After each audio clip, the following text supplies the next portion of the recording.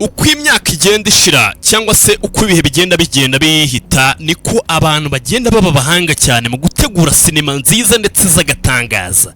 Iyi ni filime yamaze gusohokera ku rubuga rwa Netflix ndetse ikaba yabiciye hanze ahangaha. Ni filime bita ngo I Will Find You. Ushobora kwibaza ngo ni kubera kibisi no filime ngo I Will Find You. Nukuvuga ngo nkuko mubireba hakuno hari umugabo ufunzwe ndetse ari muri gereza, ariko nta kindi gitekerezo bafite usibye ijambo bita ngo I Will Find You. Ni filime ngiye kukubwira amagambo makeya, ni iminota mike cyane, warangiza ugiye tujya kwireba. Banza ukore subscribe hanyuma twikomereze. Sasa tutarinze gutinda, uyu mugabo bundi dutangiye tubwira amazina ye ngo yitwa David Barros, ndetse amazina ye atubwira ni amazina akurikije amagambo y'agahinda gakomeye cyane avuga yuko ngo yaba yarafunzwe azira ubusa, azira kuba ngo yarisha umwana we mu gihe nyamara ibi bintu baba bari kumuvugaho abatarabikoze. Uyu mugabo sasa akomeza atubwira ati umwana wanjye bapfunze imyaka 5 cyangwa se maze imyaka 5 mpfunze, ariko mu by'ukuri iyo myaka 5 ni imyaka iri mu gifungo cya burundu, nzafungwa nubwo ibyo banshinja ntigeze mbikora. Baba mushinja ko ngo yishe umwana we akamwicisha bya bintu bakinisha za baseball ndetse akamukubita ku mutwe kugeza aho udashobora kuba wareba umwana ngo umumenye. Uwo mwana we sasa bavuga ngo aba yarishe abafite imyaka 3.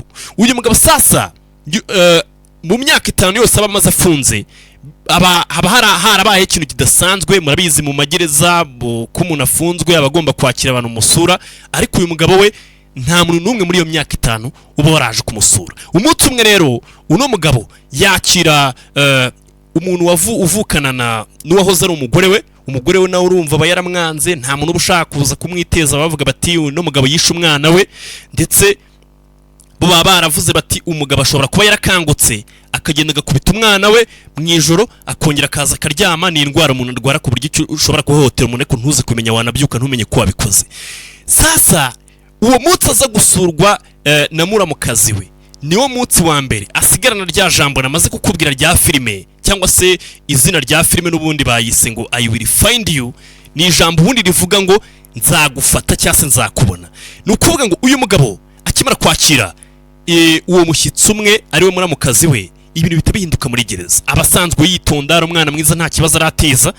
Uriya musekirite mureba umufite niwe muntu wa mbere uhita utangira kumuhiga, ndetse n'izindi mfungwa zidasanzwe ziba zarishyuwe ngo zizamwice cyangwa se bahita bahindura itegeko bakavuga bati bamwice, mu gihe n'ubundi aba amaze igihe afunzwe ariko ataramenya amakuru.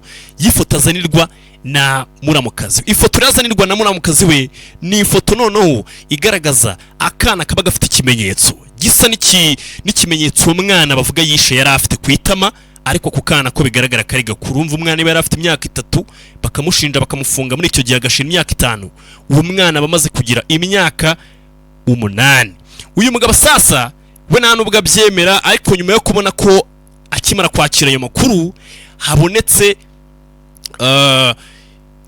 ko nyine agiye gupfa cyangwa se batangiye kumwataka muri gereza, ahita ajya kureba Wadeni akamubwira ko witwa Rasheli cyangwa se Rasheli nuba avukana n'umugore we yaje akamwereka ifoto, ndetse bishoboka ko umwana wakiri muzima. Wadeni rero ari inshuti ya papa w'uyu musore, agahita ashaka ukuntu amucikisha kuko n'ubundi umwana baba bashaka kumwica uno musore.